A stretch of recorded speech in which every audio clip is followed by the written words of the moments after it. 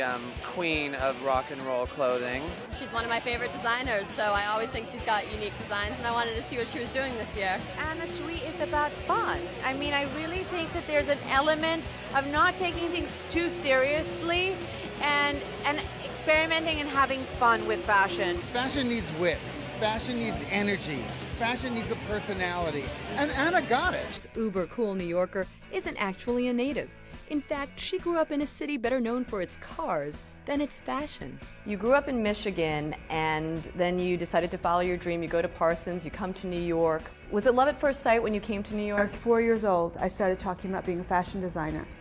I was a flower girl at my uncle's wedding when I was 5, and I remember driving around the streets of New York and saying to my parents, when I grow up, I'm going to live here. She's very eclectic, and because of her interest in many different cultures, she somehow puts it all together, and it looks wonderful. I knew that she had an interest when she was 5 years old. All through the years, she's come to visit us, and she's made Barbie doll clothes, for her cousins, crocheting them, sewing them, all of the latest fashion. And I still treasure those. And I think part of it was possible because my parents were so global. I mean, they grew up in China, they were educated in Europe, and they moved to the United States. Chic, rocker gal chic. Do you think those are fair assessments of what you do? Yeah, I think that there's certain catchphrases that really apply. And one of the ones that everyone always says is that they're whimsical. And I think that that's really important, that there's always a sense of humor behind what I'm doing. There's always a wink. And I think that the whole rock and roll influence is so important to me because I love music and I'm very inspired by rock music. I love the rock and roll bohemian look with a combination of kind of a mix of vintage, adding a little bit of leather or fur. I really only wanted to dress rock stars or people that went to rock concerts. Like, that was what I had in my mind. I think that having these certain catchphrases and always thinking about them as I'm developing all my products helps keep the focus on the look of Anna Sui and the world of Anna Sui, and that's kind of what's made my brand work. Every collection that I work on, I always think, is this cool enough to wear to a rock concert? Would a rock star wear this? For the rock and roll look, you have your Hall of Fame. There's Anita Pallenberg, Debbie Harry, Stevie Nicks.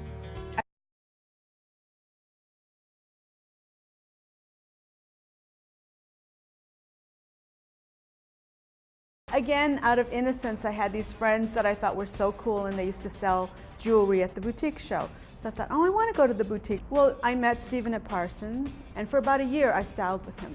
Just that exposure opened doors for me and made me realize that I could work anywhere. So I did 5 pieces and had the back wall of the booth, and I was picked up by Macy's and Bloomingdale's, and Macy's ran a full-page New York Times ad with my clothes. And I was still working for another company at the time, and I got called into the office by the owner of the company, and he said, how can you have your own ad when you're on my payroll? That was my choice, that I didn't really want to answer to anyone. I didn't really want to have a boss. And each time when there were offers of partnership or buying me out or producing in other countries, it just wasn't what I wanted. I guess I wanted the control. I wanted to be able to do what I wanted and do what I loved. Madonna was what gave me the confidence to do a fashion show. I went to the Paris collections for the first time with Steven Meisel, and we stopped by the Ritz and picked up Madonna on the way to the Jean-Paul Gaultier show. And she came out of her room with a coat on, and throughout her room it was filled with bags and racks of designer clothes from every major designer. And once we got to the show, she took off her coat and she said, Anna, I have a surprise for you. And she was wearing my dress. Suddenly I was like shipping all these things to Paris, to the point where I heard Carl was saying, like, Anna, who's this Anna? Like, why are you all wearing these clothes? So that was something that gave me the confidence to do my own show. I like to transport my audience. I like to take them on a trip or a vacation or to another time, another place.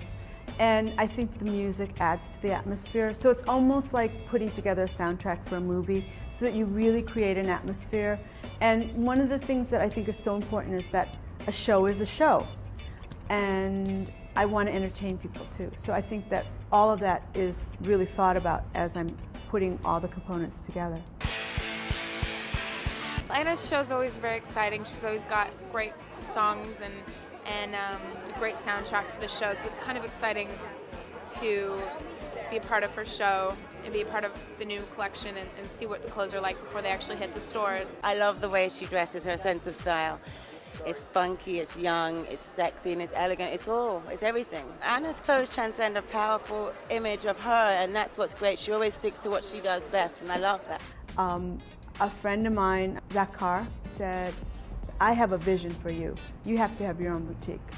That's what's going to make everyone understand where you're coming from. And the very next day I walked down to Soho, and this is when Soho was not really happening anymore. And I found this great space, and I just visualized this whole store. I think one of the things about my personality is when I'm excited about something, I want everybody else to be too.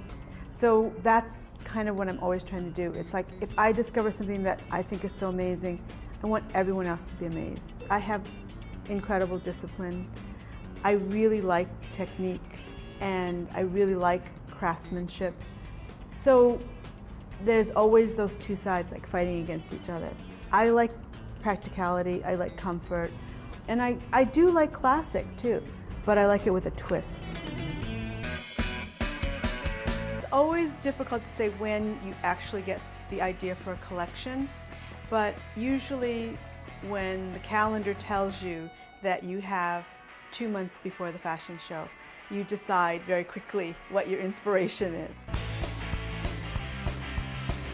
And then as I'm working on putting looks together, I keep looking at those pictures and thinking, is this my original idea?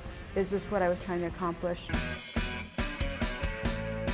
The first thing I do is I put up my inspiration up on these boards. And there's 4 different boards because they represent 4 different deliveries.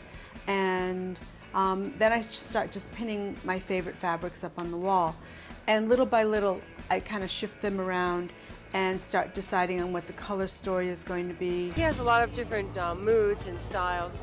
I think she's very eclectic in the way that she does things, and I think her fabrics are kind of beautiful.